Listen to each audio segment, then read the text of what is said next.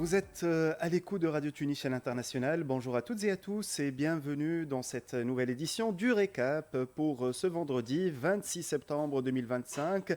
Votre rendez-vous hebdomadaire consacré à l'actualité nationale et internationale. C'est Ziad Mahjoub au micro en compagnie de Tarek Drissi aux commandes de la réalisation technique et Sofiane Benjim à la réalisation digitale. Tout de suite le programme du Récap. La science sort des laboratoires pour aller à la rencontre du grand public. Ce vendredi, Tunis vivra la deuxième édition de la Nuit européenne des chercheurs, un rendez-vous festif, scientifique et inclusif qui met en avant les talents et les innovations de la recherche tunisienne. Pour nous en parler, nous recevrons aujourd'hui Dr Ahmed Maallel, coordinateur de l'événement et président de l'association de recherche scientifique et innovation en informatique. Mais avant cela, deux informations cette semaine à la une de l'actualité économique et bancaire. D'abord, l'arrêté du ministre des Affaires sociales qui impose aux entreprises prestataires de services une garantie bancaire obligatoire à première demande. Et puis, la mise en circulation d'un nouveau billet de 50 dinars par la Banque centrale. Des mesures qui s'inscrivent dans le contexte de protection des droits sociaux et de la gestion de la masse monétaire. Le décryptage, c'est tout de suite dans le récap. Récap. Pour en parler davantage, nous avons le plaisir de recevoir avec nous par téléphone M. Mohamed Khili, expert universitaire et juriste spécialisé en droit bancaire. Bonjour et bienvenue sur RTCI.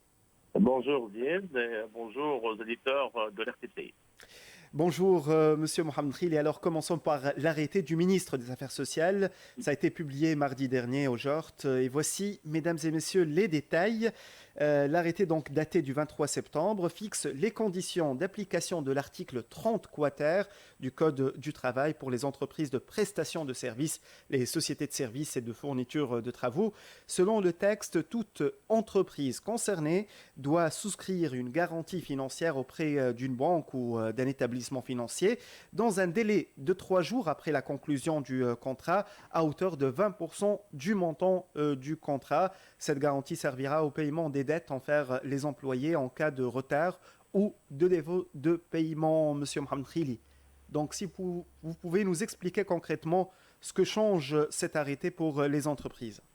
Effectivement, cet arrêté vient pour mettre fin à l'ambiguïté de l'article 30 nouveau du Code de travail qui a exigé une garantie bancaire à première demande d'un montant suffisant pour couvrir les charges salariales et de cotisation sociale concernant les employés de la société de prestation de services déployés au profit de la société bénéficiaire.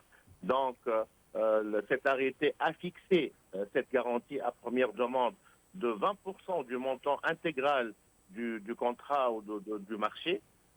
Et ce montant va servir comme sécurité, comme une garantie afin de couvrir les salaires et les cotisations sociales des employés déployés au profit de la société bénéficiaire. Si la société de prestation de services ne fournit pas le justificatif nécessaire qu'elle a bien versé les salaires et les cotisations sociales à temps, au bout de 3 jours de leur échéance, à ce moment, la société bénéficiaire, elle doit obligatoirement mettre en jeu la garantie à première demande et les servir à verser les salaires et les cotisations sociales. Tout en sachant que s'il y a un défaut de versement de salaire ou de cotisation sociale, les employés déployés au profit de la société bénéficiaire ont le droit d'intenter des affaires, soit en prud'homme, soit devant le juge social, à l'encontre de la société bénéficiaire et non pas à l'encontre de leur employeur. Bon, cette mesure, elle est un peu ambiguë, mais elle vise à protéger les intérêts des employés et vise à combattre la sous-traitance déguisée sous la forme de prestation de services. Comme pour expliquer aux auditeurs, la sous-traitance a été interdite par la loi du travail et seule la sous-traitance a été permise, mais sous 3 conditions. La première condition, que le champ d'intervention doit être différent de l'activité principale de l'activité de la société bénéficiaire. Les intervenants doivent avoir une technicité plus élevée que les employés de la société bénéficiaire et aucun lien de subordination ne doit avoir lieu entre les employés déployés à effectuer des prestations de services et la société bénéficiaire. Donc, si ces trois conditions réunies sont là, à ce moment-là, on peut procéder aux prestations de services, mais sous le contrôle de la société bénéficiaire qui doit exiger dès le début, dès la conclusion du contrat, une clause qui stipule que 20% du montant de marché doit être présenté comme garantie à première demande. Si, à défaut de versement des salaires dans leur échéance ou bien cotisation sociale, à ce moment-là, la société bénéficiaire a l'obligation de mettre en jeu cette garantie et verser elle-même les salaires et les cotisations sociales. Sinon, elle devient débitrice pure et simple à l'égard de ses employés.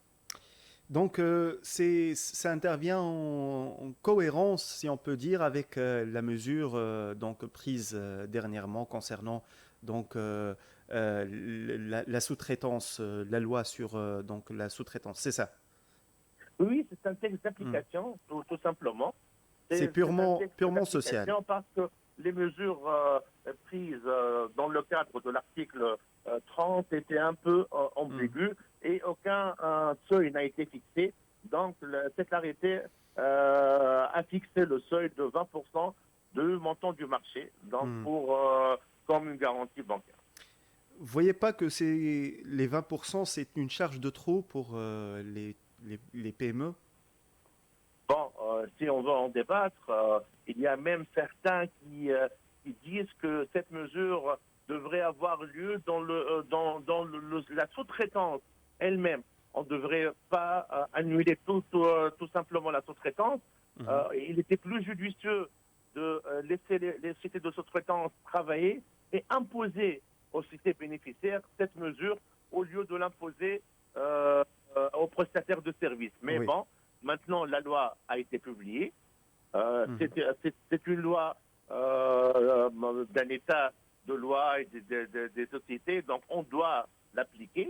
Mais après, ce sont les chiffres et les résultats qui vont dire que est-ce que les mesures qui ont été prises ont été en adéquation avec le milieu et l'atmosphère générale du travail et de l'investissement en Tunisie ou non. Donc laissons le temps faire et après on va juger. S'il s'agit d'une garantie pour des raisons sociales, pour garantir les droits des salariés, pourquoi ne pas calculer sur la base de la masse salariale et non sur le montant global du contrat? Peut-être parce que c'était ça le problème. Le problème que les sociétés bénéficiaires et prestataires de services revendiquaient le fait comment peut-on savoir la masse salariale, parce qu'il s'agit uniquement de la masse salariale des intervenants qui vont faire la prestation de services dans les locaux de la société bénéficiaire et non pas l'ensemble des salariés de la société prestataire de services. Donc ici, ces intervenants changeaient du jour en jour. S'il s'agit d'une variation entre les salariés et tout, donc pour cela, ça a été très difficile de calculer.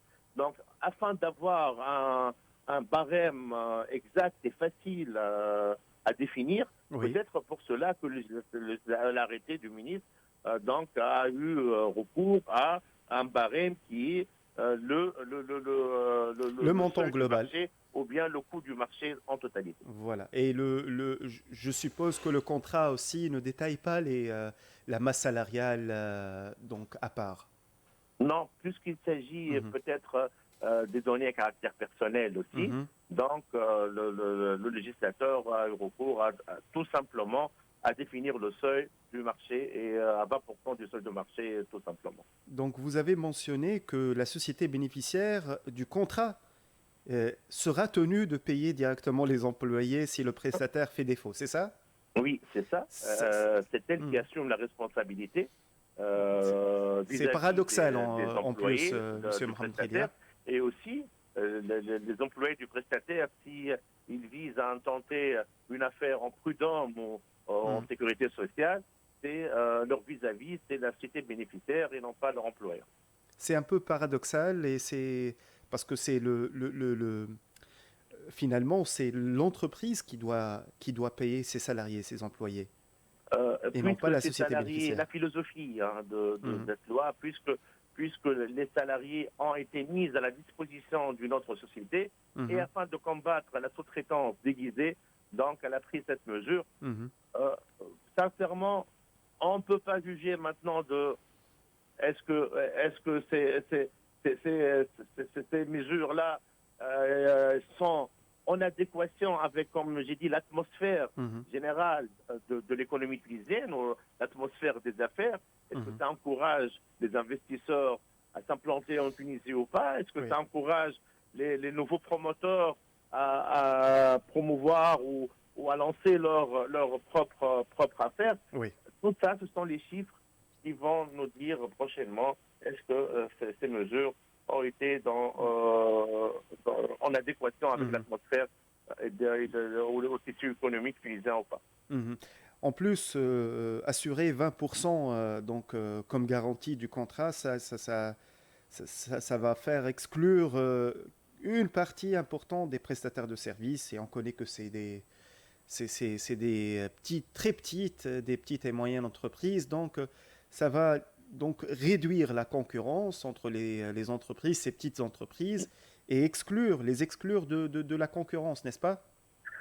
Tout d'abord, il faut bien expliquer qu'il s'agit des prestataires de services Mhm. qui font leur service au siège social de la société bénéficiaire, pas l'ensemble des prestataires de services. Ceux qui font leur travail à distance ne sont pas concernés par cette mesure. Parce que là, on parle des employés qui sont dans les locaux de la société bénéficiaire et travaillent dans la société bénéficiaire. Et ça, pour faire la différence entre les prestataires de services et les employés qui travaillent dans l'entreprise ou bien les sous-traitants.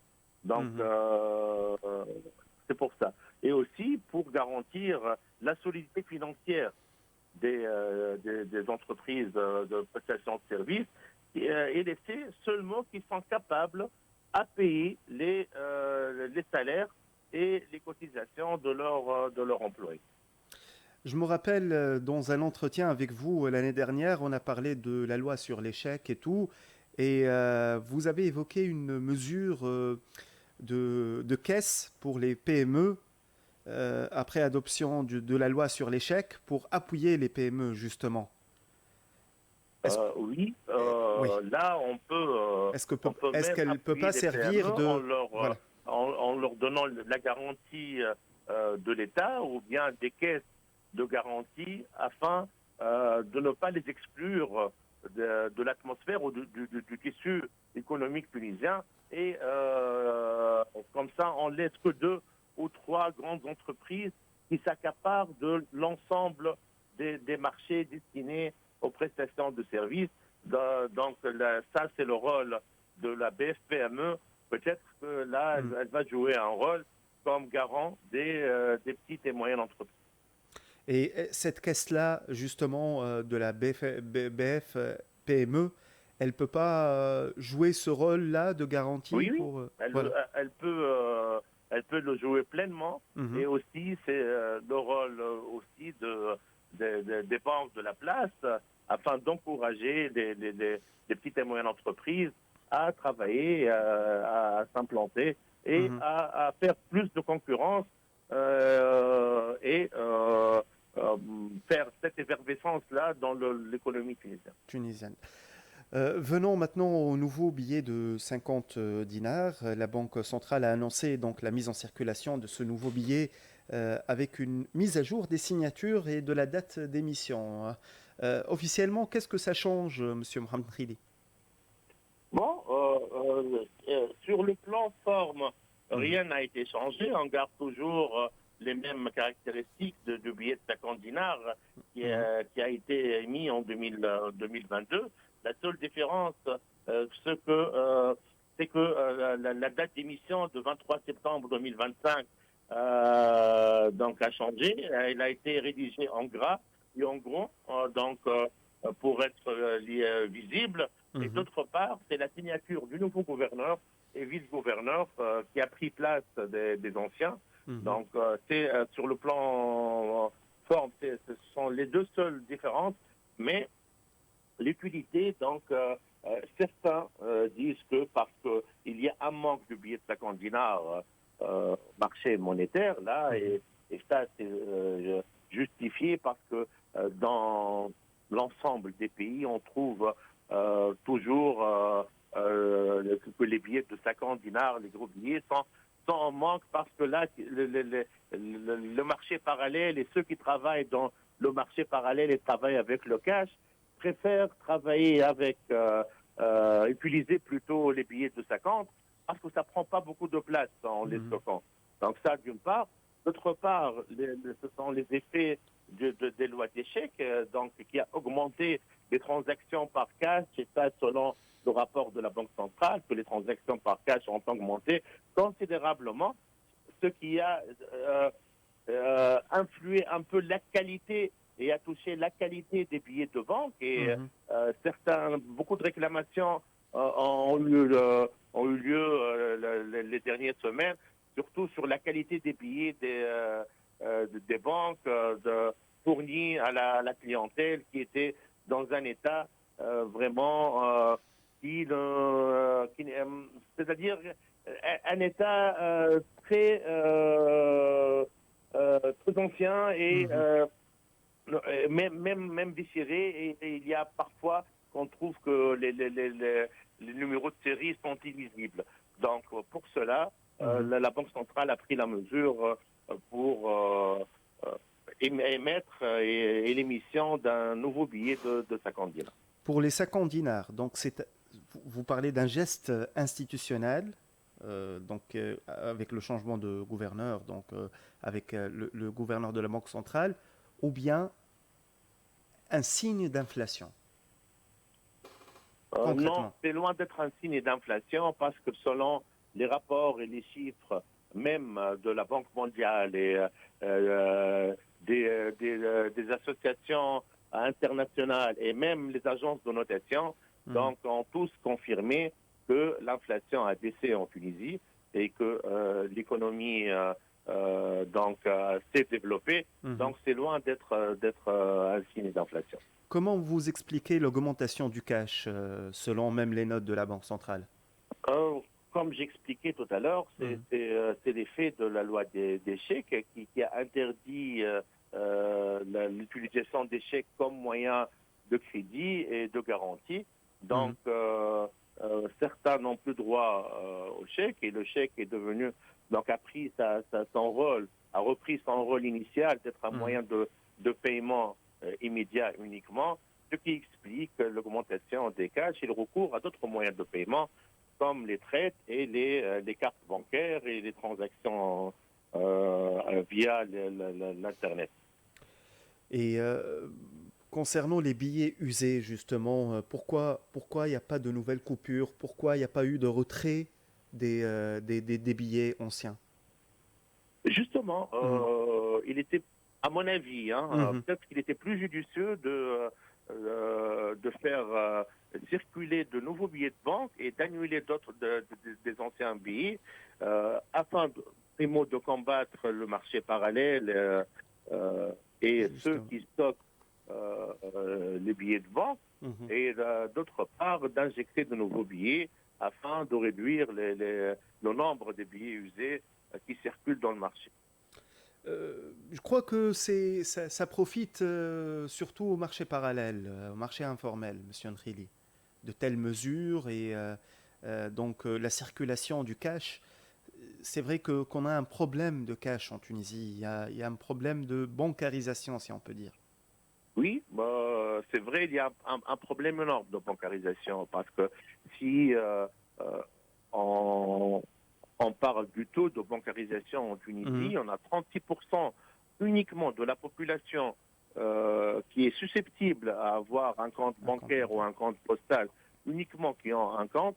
Là, on parle d'un chiffre, d'un taux alarmant par rapport aux pays développés. Donc on parle de France, qui leur taux de bancarisation est de 99%. Donc ça, c'est un chiffre alarmant par rapport à la Tunisie, qui est un pays quand même en voie de développement, et qui, à mon avis, est développé dans tout ce qui est digital et nouvelles technologies. Donc la qualité de nos ingénieurs et des techniciens ne reflète pas le taux de bancarisation en Tunisie, qui est de 36% uniquement pour les personnes éligibles, et non pas 36% de la population tunisienne. Donc des personnes éligibles qui ont 18 ans et plus, qui sont capables d'avoir un compte bancaire au postal, uniquement 36% de cette population qui ont un compte bancaire au postal ouvert en leur nom. Vous ne voyez pas qu'il serait plus judicieux de passer le projet de loi sur l'inclusion financière pour justement renforcer la digitalisation, la numérisation, l'utilisation donc des paiements en ligne, que d'injecter des coupures de 50 dinars et autres? Ceci n'empêche pas l'autre. Les deux voies doivent être lancées en parallèle, parce que la digitalisation et la numérisation de l'administration tunisienne va nous faire gagner 2 points au moins dans la croissance de l'économie. Et d'autre part, tous les pays du monde ont besoin du cash aussi en parallèle. Mais il était plus judicieux d'annuler certains billets de la circulation pour couper court avec le marché parallèle. Lesquels Tout en lançant aussi un armada de législation. Sincèrement, on attend avec impatience la promulgation de la réglementation des changes, aussi la loi concernant l'inclusion financière et ainsi de suite, afin de permettre à nos jeunes créateurs, notamment en matière de la nouvelle technologie et de business intelligence, de se lancer dans le milieu international et de créer la richesse.